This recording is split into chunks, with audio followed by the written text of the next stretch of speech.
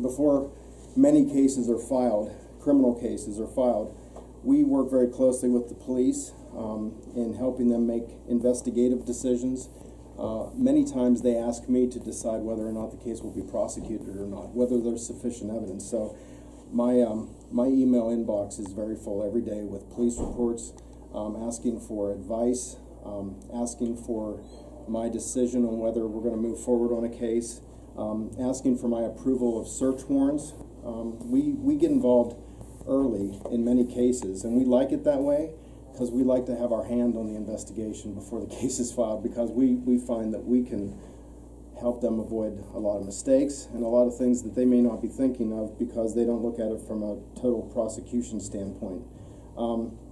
We advise on drug investigations. Our county detective does a lot of work on drug investigations. I'll talk about that in a little bit. Now that the child abuse laws have changed, we automatically get brought into child abuse investigations very early, because every child line report that needs criminal investigation is sent to me from the state. And then I forward it on to the right police department that has jurisdiction over the case. One thing that's kind of new in the last several years is that we've become much more knowledgeable about animal humane law, because we have a humane officer in our county, Debbie McAndrew, which was not the case in prior years. So we work very closely with her, and we've actually prosecuted some major animal cruelty charges. The one that probably most people have seen in the newspaper is the one about the horses in Corsica, that we had a successful prosecution on that. One thing people might not know is that we started that hearing on the day before Thanksgiving last year at 1 o'clock in the afternoon, and we ended it at 10:30 in the evening on Thanksgiving Eve. It was a long hearing. It was a full trial in front of Magistrate in Zana. We also involve ourselves a lot in investigations on child abuse, as you know, because of Western PA Cares for Kids that I started. We were very involved in that process.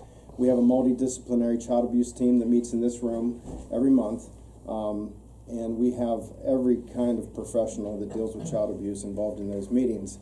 And we keep a close eye on every child abuse investigation that's going on to make sure that nothing falls through the cracks and that everything's being done. We have a county detective, and we've now had Guy Felmley as my county detective now since February of 2011. Hired him without using taxpayer dollars. We found other ways to finance that position. But he's been a great asset to us. He retired from the state police with 25 years as a veteran investigator, and now he has 31 years because of the time in our office. He attends every forensic interview for a Jefferson County child abuse case at CARES, and that is a tremendous benefit because his insights come into play there. He can advise the police, because before he had even retired, he estimated that he had probably handled over 500 child abuse investigations in his career. And that's one of the reasons he works for me, because I had some major cases with him, successful cases, and knew that he did an excellent job. He consults with and advises the police on investigations. He was a detective for most of his career, and he has a lot of insight. He manages the Jefferson County Drug Task Force.